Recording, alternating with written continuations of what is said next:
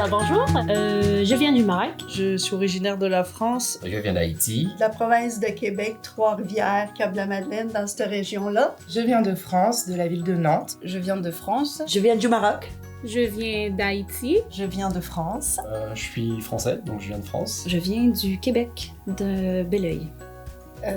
Les défis auxquels on a été confrontés dans une garderie dans le Grand Nord canadien sont plutôt au niveau du langage. Donc, là, c'est anglophone.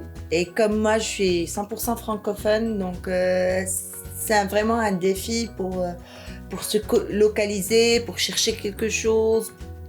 C'est un défi de langue. Pour les mêmes choses, les mots ne vont pas être les mêmes. Donc vraiment, il faut une grande adaptabilité à ce niveau-là pour essayer de comprendre et pas dire non, tu ne vas pas dire ce mot-là ou quelque chose comme ça.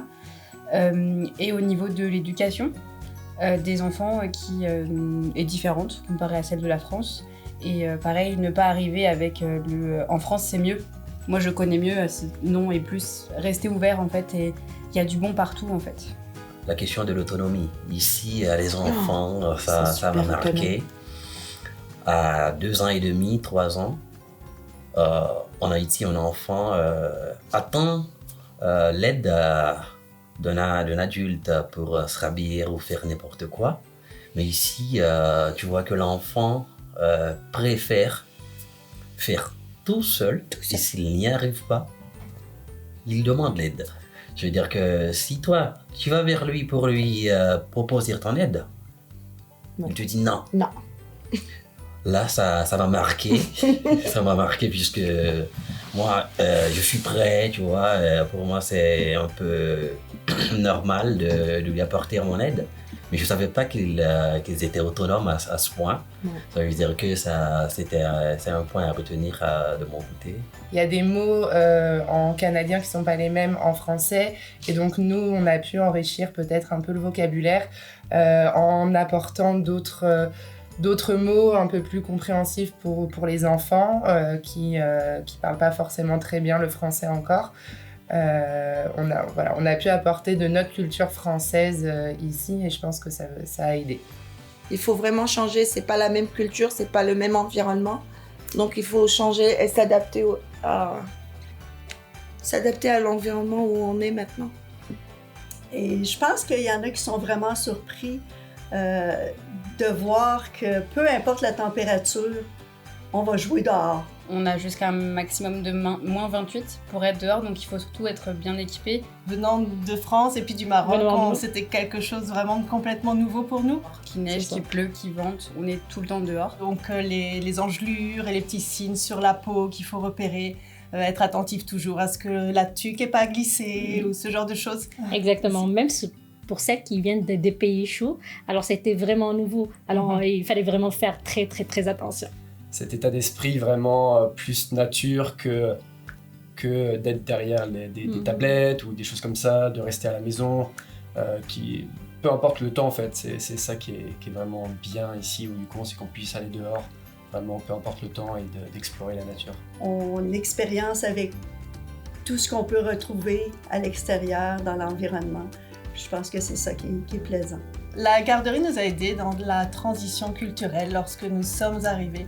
Elle nous a vraiment épaulés depuis le début lorsqu'on a eu les entretiens et qu'on était dans nos pays, puis qu'on a démarré le processus pour venir ici.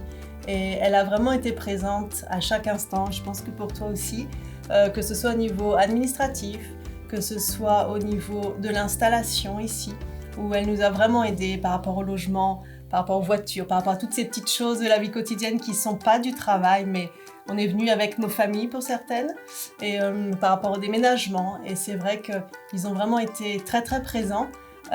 Et puis quand on est arrivé ici, on a eu une formation qui a duré quelques jours où on est allé faire des réunions dans des lieux de la ville, la bibliothèque, l'association franco-yukonaise, même un restaurant qui était typique. Voilà, elles ont essayé de nous mettre tout de suite, de nous familiariser de nous avec montrer voilà, les endroits un petit peu de la ville. Et voilà, elles nous ont vraiment, enfin pour ma part, elles ont vraiment été très présentes au niveau de notre emploi, mais aussi de tout ce qu'il y a autour.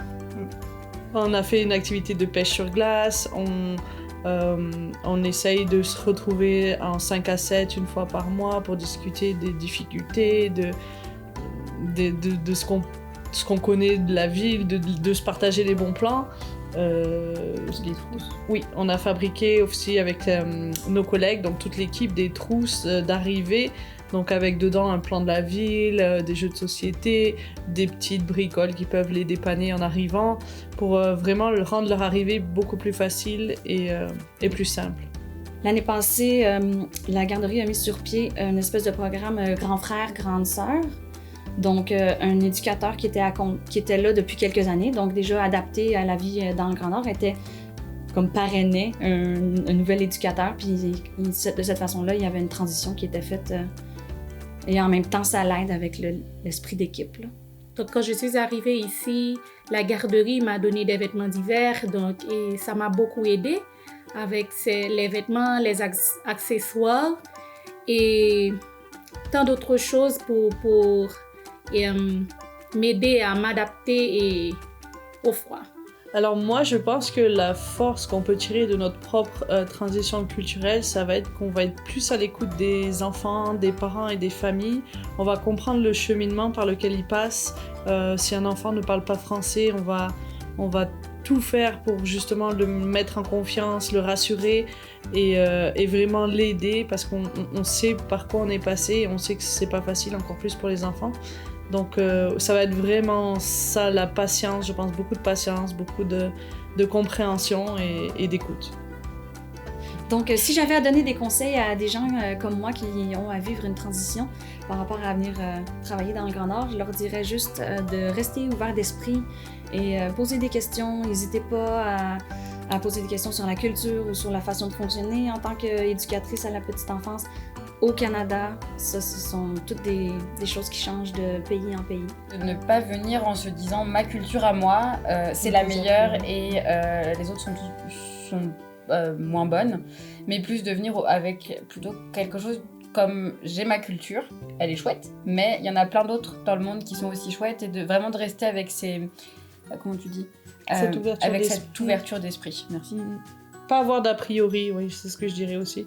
Pas avoir d'a priori, et vraiment rester ouvert d'esprit et prêt au changement, prêt à apprendre de nouvelles choses, de nouvelles façons d'intervenir auprès des enfants, de nouvelles façons de communiquer, d'un nouveau vocabulaire.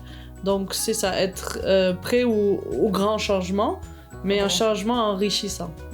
Totalement. On a toute l'aide nécessaire, on a tous les conseils qui nous sont donnés pour pouvoir travailler correctement avec ces conditions climatiques qui peuvent être extrêmes et dont on n'a pas l'habitude en tant que Français, qui peuvent faire peur au début.